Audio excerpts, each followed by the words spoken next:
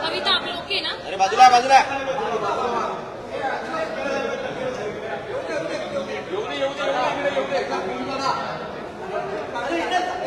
अरे येतील ना इथं वारी येईल इथे बरोबर. अरे बाजूला दादा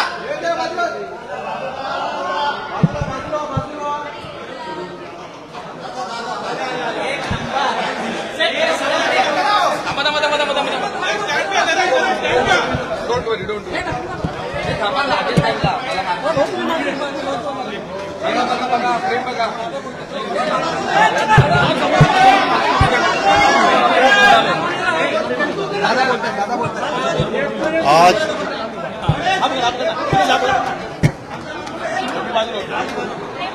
राष्ट्रवादी काँग्रेस पक्षाचं सोमवारपासून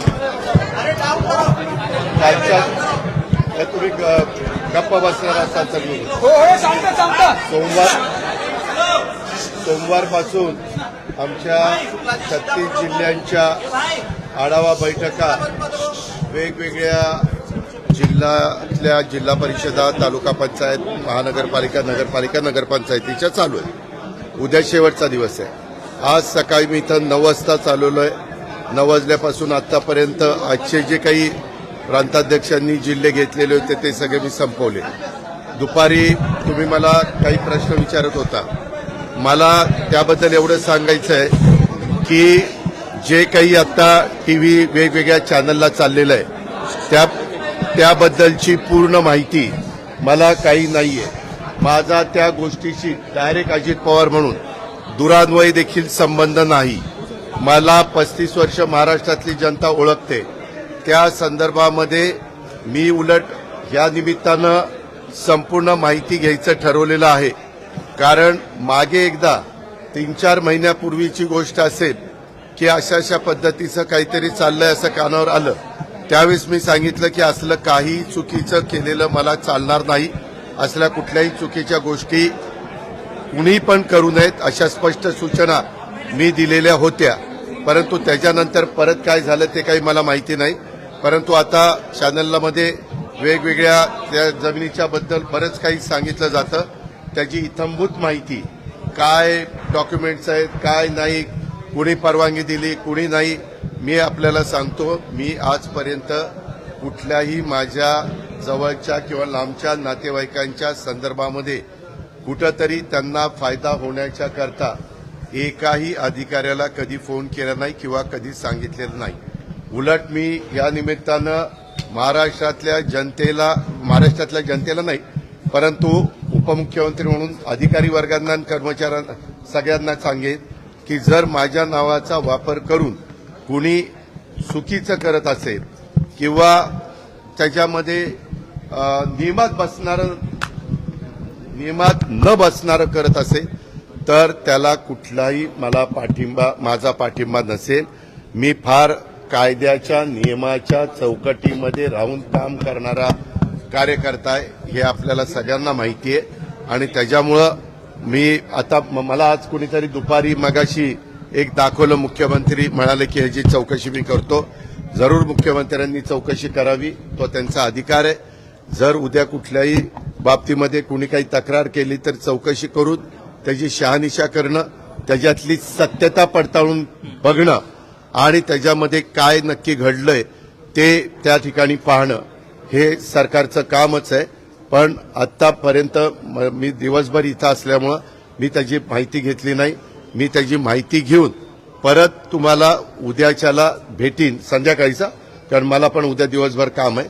आणि त्याच्यामध्ये संपूर्ण माहिती काय झालंय, कसं झालंय, कुणाबरोबर डॉक्युमेंट झालेत, ते कायदेशीर आहेत का, ते नियमात बसतात का, ह्या सगळ्या गोष्टी माहिती घेऊन वस्तुस्थिती तुमच्यासमोर सांगितली.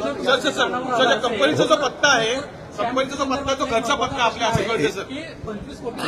अरे बाबा ऐक ना, थांब, तुलाच फार कळतं का? मी स्वतःहून आलोय ना. मी काय सांगतोय, मी एवढंच कानावर आल्यानंतर सांगितलं की कुठल्याही गोष्टी चुकीच्या करू नका, एवढं तर मी सांगणार. त्या पद्धतीनं मी सांगितलेलं आहे. परंतु आता ते काय तुम्ही स्टॅम्प ड्युटी म्हणताय, आणखीन काय म्हणताय, त्याची सगळी शहानिशा करतो ना. कारण मीच आज राज्याचा अर्थमंत्री म्हणून काम करत असताना कुठल्याही व्यवहारात कुणी टॅक्सच्या बाबतीत नियमाप्रमाणेच वागलं पाहिजे. टॅक्सच्या बाबतीत नाही, सगळ्याच बाबतीमध्ये नियमाप्रमाणेच गोष्टी झाल्या पाहिजे. कुणीही नियमाच्या बाहेर जाऊन काम करता कामा नये, ह्याच मताचं मी आहे. नाही, एक मिनिट.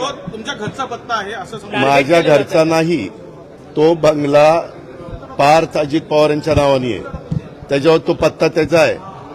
समजलं का? दादा पण टार्गेट केलं जातं का असं तुम्हाला? म्हणणं आहे का? दोन चर्चा खूप बाहेर महारत्नाची जमीन आहे का की शासकीय जमीन आहे का? मी तेच सगळं सांगतोय सागर.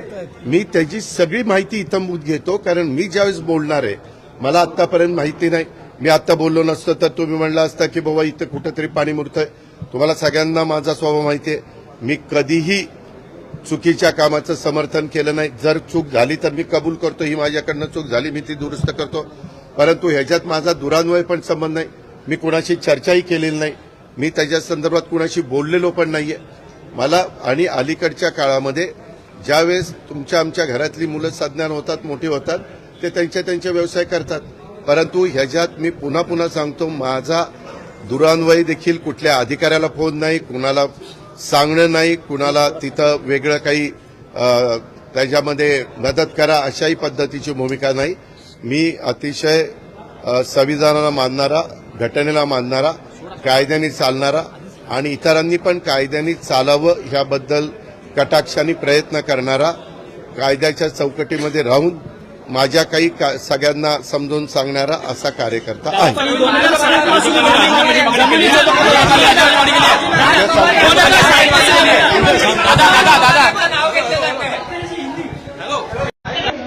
आधी मराठी पण बोला. नहीं, दादा ने इसके बारे में कहा है, उसके बारे में मैं कुछ टिप्पणी नहीं करना चाहता हूं.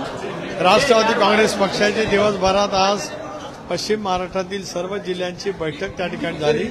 प्रचंड प्रमाणावरचा उत्साह त्या बैठकीमध्ये होता. आगामी येणाऱ्या निवडणुकांच्यासाठी विशेष करून नगरपालिकेची अधिसूचना निघालेली आहे. त्या दृष्टिकोनातून आम्ही तत्पर आहोत. तदनंतर जिल्हा परिषद आणि महानगरपालिका या सर्वांचाच आढावा त्या ठिकाणी आम्ही घेतलेला आहे. पुढच्या आठवड्यापासून अर्ज भरण्याची प्रक्रिया सुरू होत असल्यामुळे त्या वैधानिक प्रक्रियेमध्ये पक्षाचे सर्व संघटनेचे कार्यकर्ते, प्रमुख नेते, आमचे संपर्कमंत्री, पालकमंत्री, पक्षाचे निरीक्षक त्या स्तरावरती कामाला लागणार तर आहे. अजितदादांना कुठेतरी या सगळ्या आरोपांमध्ये गोवण्यात येत आहे का? अजित पवारांना टार्गेट केलं जातं का? आज अजित अजित पवार? दादा ने आप सबके सामने उनकी भूमिका स्पष्ट की है. सब इसके बारे में जानकारी लेकर कल आपके साथ वो संवाद करेंगे. विरोधकांनी